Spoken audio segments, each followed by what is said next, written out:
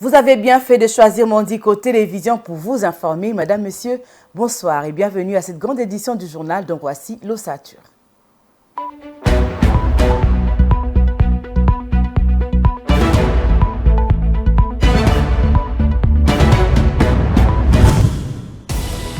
Le cas de la maladie de monkeypox détectée à l'hôpital Exma Maemo sont déjà pris en charge. L'Organisation mondiale de la santé, OMS, s'est aussi engagée de renforcer les dispositions nationales pour la quarantaine de tous les cas pris en charge par les structures locales de la protection sanitaire. Le gouvernement de la République, via son porte-parole, le ministre de la Communication et Médias, Patrick Mouyaya, démontre toutes les allégations de violation de droits humains lui imputées par l'organisme de droits de l'homme Human Rights Watch. Des odeurs pestilentielles se propagent depuis un certain temps aux environs du lieu du dernier incendie au rond-point Ngaba. Tout l'environnement pollué laisse croire que ces odeurs proviendraient de cadavres oubliés sous les décombres du sinistre.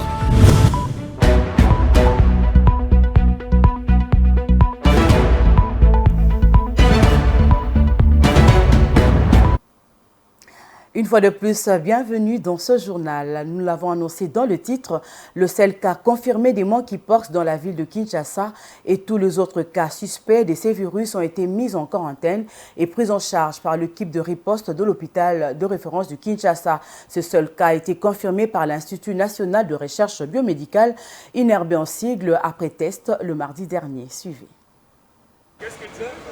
Le seul cas confirmé de monkeypox est une dame d'une trentaine révolue venant de la province du Mai-Ndombe dans l'espace Grand Bandundu. C'est elle qui a fait bouger la capitale, alimentant les rumeurs dans tous les sens. Cette patiente dont la figure présente déjà les symptômes, notamment les boutons sous forme de gale, est isolée et prise en charge par l'équipe médicale de l'hôpital général de référence de Kinshasa. 5 autres cas suspects sont les personnes qui ont été en contact direct avec cette patiente. Ils sont aussi mis en quarantaine dans un autre espace aménagé sous une tente où ils sont pris en charge par l'équipe de la riposte. En tout, 2 tentes sont érigées au sein de cette formation médicale en vue de prendre en charge tous ces cas. L'une est pour les cas confirmés et l'autre pour des cas suspects. Contrairement aux fausses rumeurs qui circulent, aucun pavillon de cet hôpital n'a été mis en quarantaine. Prenant en charge les personnes suspectes et la seule malade de la variole du singe, le docteur Chris Kassita explique en des termes clairs ce qu'il faut entendre par monkeypox.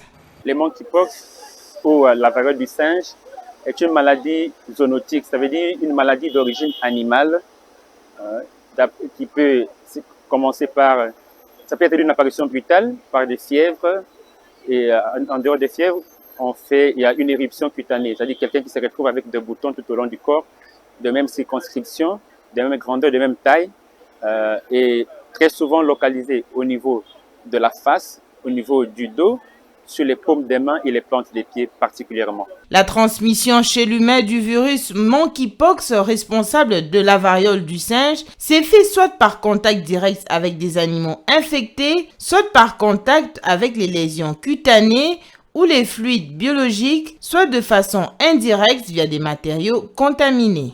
Ce n'est pas une maladie étrange. La maladie a toujours existé. Il faut dédramatiser cette maladie. Elle peut être, la contamination se fait par 2 moyens. Il y a une contamination homme-animal, c'est-à-dire soit les chasseurs, ceux qui vont faire la chasse, ceux qui vont ramasser les animaux morts, trouvés morts à la forêt, ou un animal qui a déjà quelques boutons, il ramène ça à la maison, il a mal manipulé, puisque la contamination c'est à la manipulation de l'animal sans protection.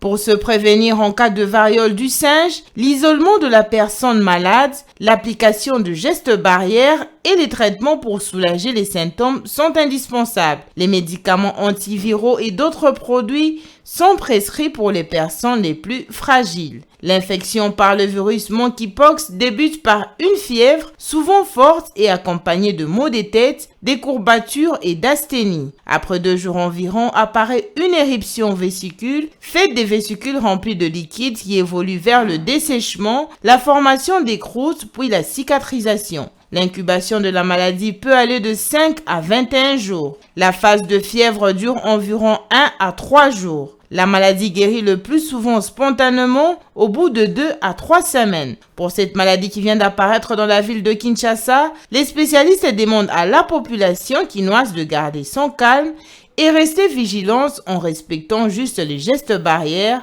car ce virus est encore sous contrôle.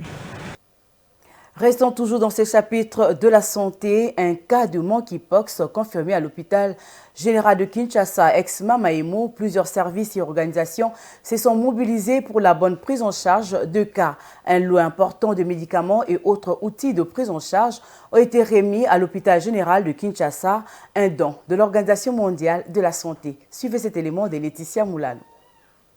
Les troupes se sont mobilisées à l'hôpital général de Kinshasa, ex-Mamaemo, l'actuel centre opérationnel pour la prise en charge de monkeypox, après une alerte de cas de cette variole. Une Jeep TXL et plusieurs cartons contenant des matériels et autres outils sont déchargés du véhicule pour rassurer la population et le corps médical sur la détermination d'éradiquer ce nouvel ennemi de la santé. Juste une remise de lot importante de médicaments, de matériel et engins roulants que l'Organisation mondiale de la santé, à travers les instructions de monsieur le représentant de l'OMS en RDC, Dr Amasambo Bourema, pour mettre à la disposition du ministère de la Santé publique, Hygiène et Prévention tout cet important médicaments, matériel et équipement pour renforcer la prise en charge des cas de monkeypox qui ont été notifiés dans la ville de Kinshasa, également renforcer la protection du personnel de santé, renforcer la surveillance épidémiologique à travers les investigations,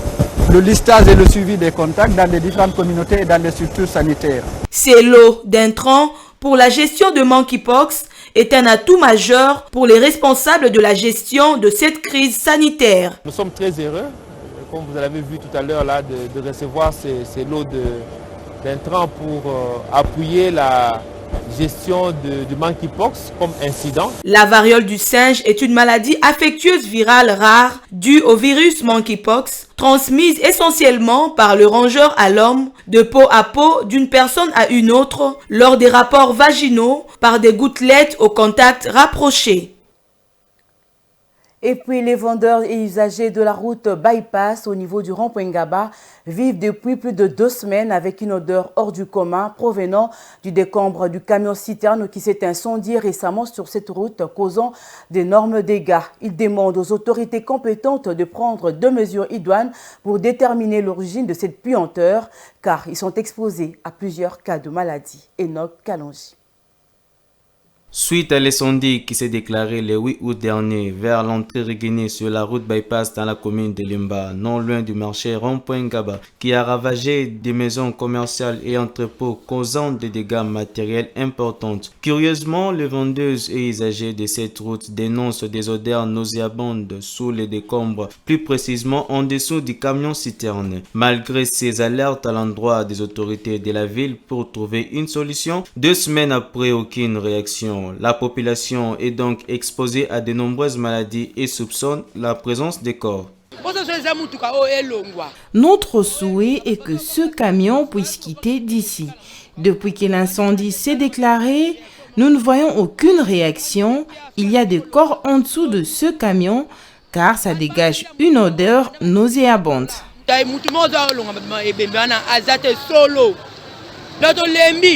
D'autre part, les sinistrés dénoncent une manœuvre de la part des autorités malgré les récentes visites sur les sites. Aucune solution n'a été trouvée jusque-là. Ils ne veulent pas dégager ces camions d'ici. Ils voulaient le faire auparavant, mais sans succès. Notons que c'était dans la nuit du mardi 8 août dernier que ces camions-citernes transportant du carburant a pris feu après avoir heurté le poteau de la SNEL, causant la mort de quelques personnes. Dans le chapitre des élections, à quelques mois des élections, la CENI a procédé à l'inauguration de la maison des élections. C'est Denis Kadima, président de la Commission électorale nationale indépendante CENI, qui a coupé les rubans symboliques marquant cette inauguration le mercredi 22 août 2023 à Kinshasa, dans la commune de la Gombe, entouré de plusieurs invités, membres de la plénière, agents et cadres de la CENI. Située au numéro 54 de l'avenue Kolwezi dans la commune de La Gombe et ouverte à tout citoyen, la maison des élections est un espace d'échange et de partage entre la CENI et de nombreux visiteurs qu'elle va accueillir. Elle se veut surtout un cadre vivant d'information pour répondre à toutes les préoccupations concernant le processus électoral en RDC. Marie-Laure Yaon est coordinatrice du projet qui a abouti à la construction de cette maison des élections. Présente à cette cérémonie, elle a saisi l'occasion pour mettre en exergue l'efficacité de ce moyen de communication pour une plus grande accessibilité aux informations sur le processus électoral et aussi vendre une nouvelle image de la CENI dans l'opinion tant nationale qu'internationale. La maison des élections renaît avec pour objectif d'être un lieu par excellence d'interaction entre la centrale électorale et l'ensemble des parties prenantes au processus électoral. Ici, toutes les préoccupations trouveront des réponses idoines par des experts de la CENI commis à la tâche. Pour Denis Kadima, président de la centrale électorale, cette maison servira à rendre accessibles toutes les informations sur le processus électoral afin de mettre en confiance toutes les parties prenantes à ce processus. La maison des élections ambitionne d'offrir un espace d'échange et de partage entre la CENI et les nombreux visiteurs qu'elle se propose d'accueillir. Elle se veut être surtout un cadre vivant, un carrefour d'information, mais aussi un cadre agréable pour faciliter les interactions dans le respect mutuel. La maison des élections est ouverte à tout citoyen désireux d'obtenir des informations sur le processus. Elle pourra organiser aussi des formations pour les médias, les organisations de la société civile et les partis politiques. Elle est donc un outil de communication en mesure d'accompagner les efforts de la CENI dans l'inclusivité et la transparence. Au terme des différentes interventions, la visite guidée de la maison des élections a permis à l'assistance de se faire une idée précise de commodité dont elle est pourvue pour accueillir en toute convivialité les visiteurs en quête d'informations utiles sur la CENI et ses activités. Tout à fait autre chose. En marge du 15e sommet de BRICS, le Premier ministre congolais Jean-Michel Sama Lukonde s'est entretenu avec le Premier ministre honoraire haïtien et les PDG de la société Digiloop sur les possibilités d'investissement dans les nouvelles technologies et les financements innovants en République démocratique du Congo, nous rapporte Bijou Lumuna. C'est par une visite surprise au nouveau siège de l'ambassade de la RDC à Pretoria que le Premier ministre Jean-Michel Sama Lukonde a commencé ses activités du mercredi 23 août. Au regard de la qualité des infrastructures qui constituent ce siège de l'ambassade de la RDC, les chefs du gouvernement s'est dit fiers de ce patrimoine congolais acheté par l'État congolais. Il a en même temps fixé l'opinion sur l'objet de son séjour en Afrique du Sud. C'était en présence du vice-ministre des Affaires étrangères et de l'ambassadeur de la RDC en Afrique du Sud, Fidel Moulaja Binene. Son Excellence, Monsieur le Président de la République, M. Félix-Antoine Tshisekedi Tshilombo, a bien voulu nous mandater pour le représenter ici au sommet du BRICS, après une invitation formelle qui a été adressée à la République démocratique du Congo. Et donc, comme pays invité, nous avons voulu venir représenter par moi-même, sous mandat du Président de la République,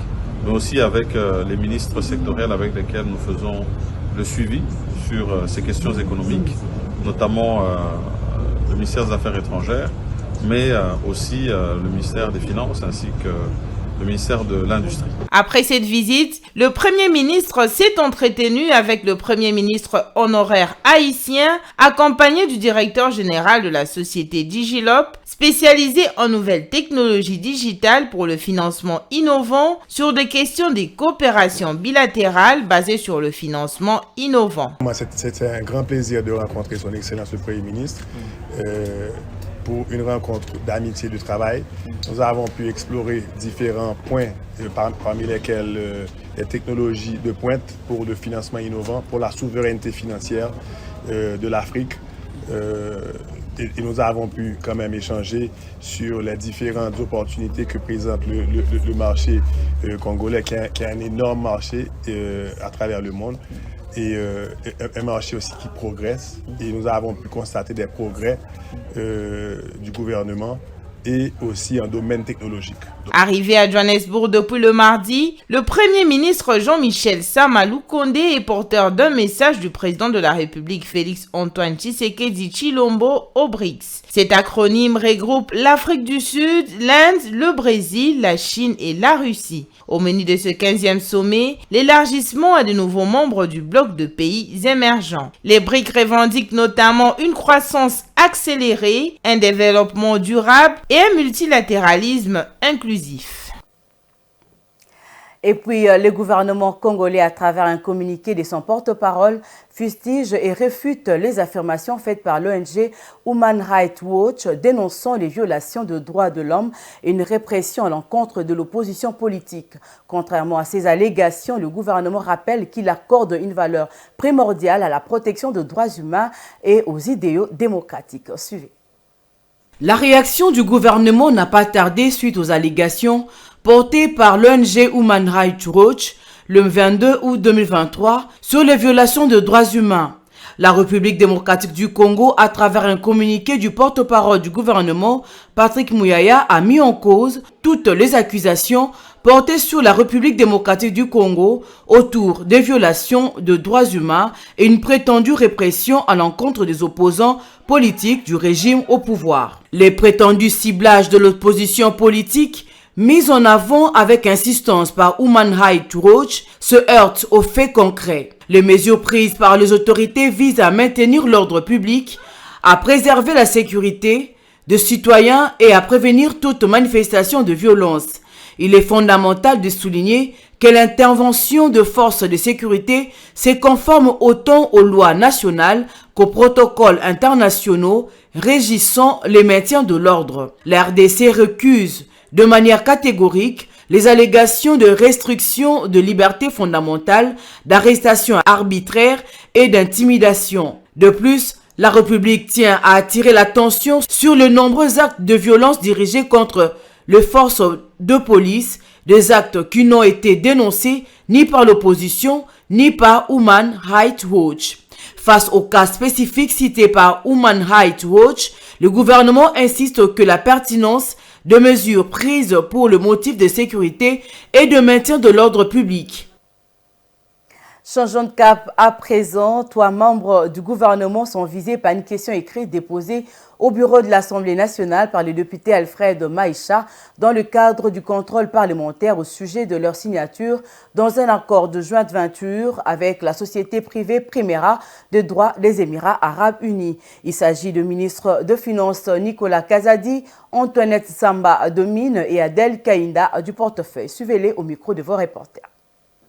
Je viens de faire une initiative parlementaire, de contrôle parlementaire. Je viens d'adresser une question écrite à 3 membres du gouvernement, à savoir Madame la ministre d'État, ministre de portefeuille, Madame la ministre des Mines et Monsieur le ministre des Finances de la République démocratique du Congo au sujet de la signature par les 3 membres du gouvernement d'un accord de jointe venture avec la société Primera.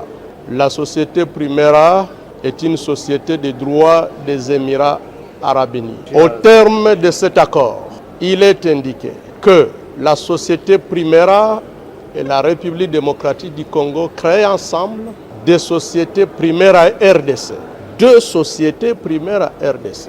L'une Primera Gold pour l'or et l'autre Primera Metals pour le 3T. Mesdames et messieurs la presse, il s'agit d'une mafia organisée. Pourquoi? Chaque société Primera n'apporte que $20 000.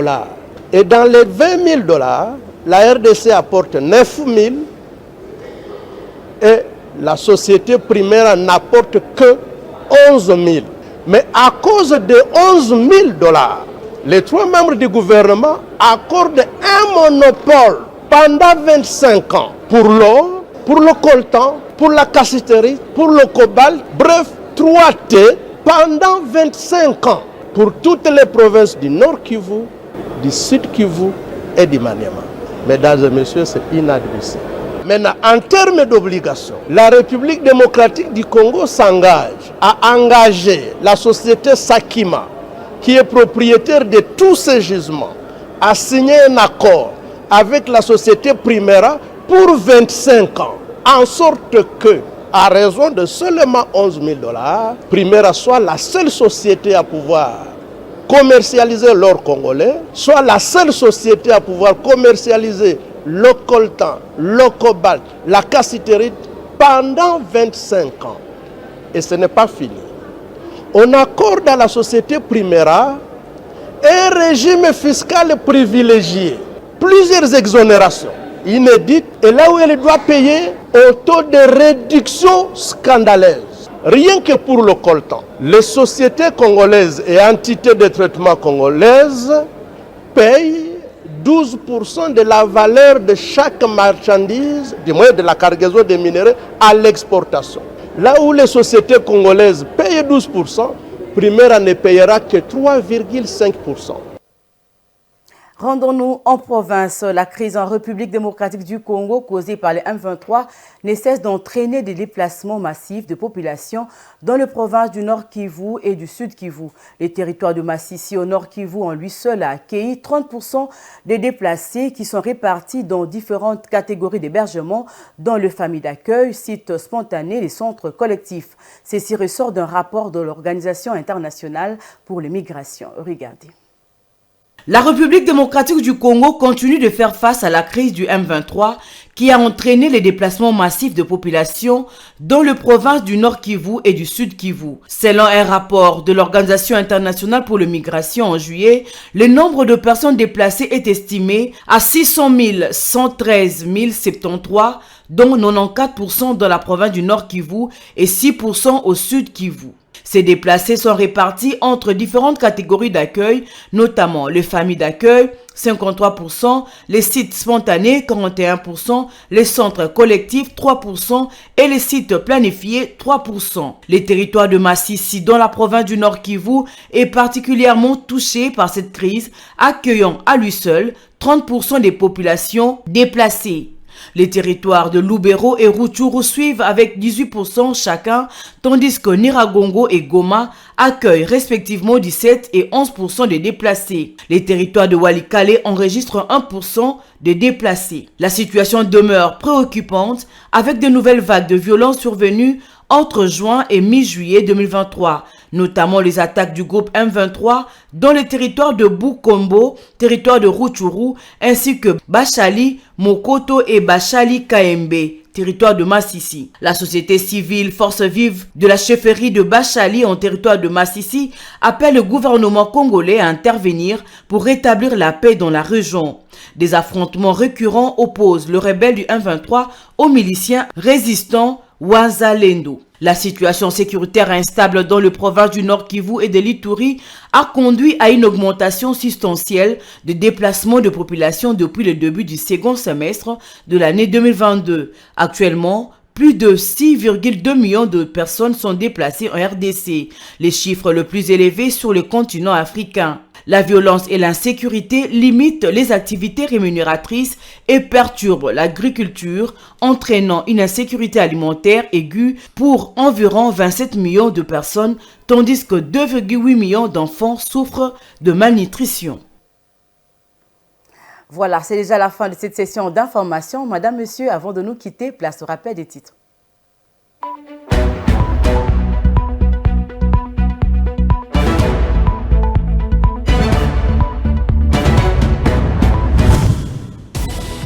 Le cas de la maladie de monkeypox détectée à l'hôpital Exma Maemo sont déjà pris en charge. L'Organisation mondiale de la santé, OMS, s'est aussi engagée de renforcer les dispositions nationales pour la quarantaine de tous les cas pris en charge par les structures locales de la protection sanitaire. Le gouvernement de la République, via son porte-parole, le ministre de la Communication et Médias, Patrick Mouyaya, dément toutes les allégations de violation de droits humains lui imputées par l'organisme de droits de l'homme Human Rights Watch. Des odeurs pestilentielles se propagent depuis un certain temps aux environs du lieu du dernier incendie au rond-point Ngaba. Tout l'environnement pollué laisse croire que ces odeurs proviendraient 2 cadavres oubliés sous les décombres du sinistre.